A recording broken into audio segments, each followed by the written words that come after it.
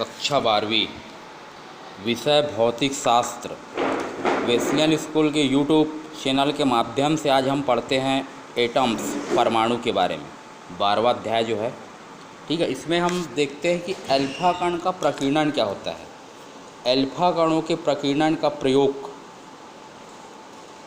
ये देखिए इसमें जो होता है, इसका प्रायोगिक प्रबंध देखिए किस प्रकार से होता है। एक शीशे का एक बॉक्स है, इसके अंदर रेडियो एक्टिव पदार्थ रखे हुए हैं। एक छिद्र है, ए जो है ये शीशे का बॉक्स है, ओ ये बिंदु, D1 D2 लेड की ईंटें है, जी जो है ये पतली स्वर्ण पत्री है, एस जो है ये पर्दा है, और एम ये माइक्रोस्कोप सूक्ष्मदर्शी है। इसका प्रेक्षण क्या होता है, ये रेडियो, यहाँ से जो अल्फा कण निकलते हैं, अधिकांश अल्फा कण जो है ये स्वर्ण पत्री को पार करके सीधे निकल जाएंगे। कुछ अल्फा कण कुछ कोण पर मुड़ जाती है, कुछ छोटे कोण से विक्षेपित हो जाते हैं। 1000 में से एक 90 अंश के कोण पर प्रकीर्णित होती है। कुछ अल्फा कण टकरा कर वापस लौट जाते हैं। इससे निष्कर्ष ये निकलता है कि अधिकांश अल्फा कण पन्नी को पार करके सीधे निकल जाते हैं, मतलब परमाणु का अधिकांश भाग खोखला होता है। धन आवेशित अल्फा कण प्रक्षेपित होते हैं, अतः परमाणु के अंदर धन आवेश है। अल्फा कण भी धन आवेशित होता है, और परमाणु के अंदर जो होता है ये भी धन आवेशित कण होना तभी प्रक्षेपित होगा। कुछ अल्फा कण कुछ अधिक कोण से प्रक्षेपित होते हैं तथा कुछ अल्फा कण वापस लौट आते हैं, जबकि संपूर्ण धन आवेश एक सीमित स्थान पर केंद्रित हो। इस प्रयोग का महत्व क्या है?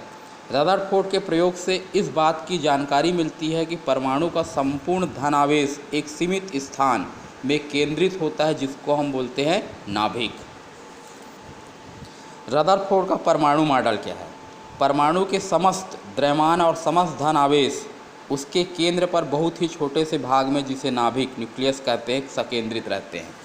नाभिक का आकार 10⁻⁻15 मीटर के क्रम का होता है, जो परमाणु के नाभिक के आकार की तुलना में 10⁻10 मीटर की तुलना में 10⁵ गुना छोटा है। नाभिक के चारों ओर 10⁻10 मीटर त्रिज्या के खोखले भाग में गोले के चारों ओर इलेक्ट्रॉन वितरित होते हैं।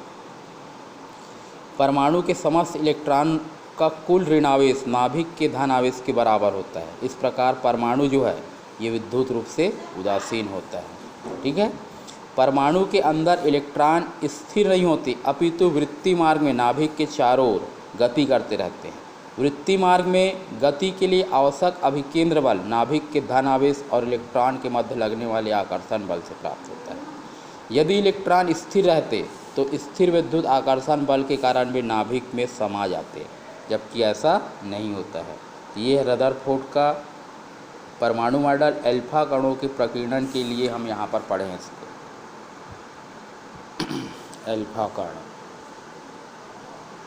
शीशे का बक्सा, लेड की ईंटें, पतली स्वर्ण पत्री, पर्दा, माइक्रोस्कोप, यहाँ से निकलने वाले अल्फा कण, कुछ अधिकांश अल्फा कण स्वर्ण पत्री को पार करके सीधे निकल जाते हैं। इससे पता चलता है कि परमाणु का जो अधिकांश भाग होता है ये खोखला होता है।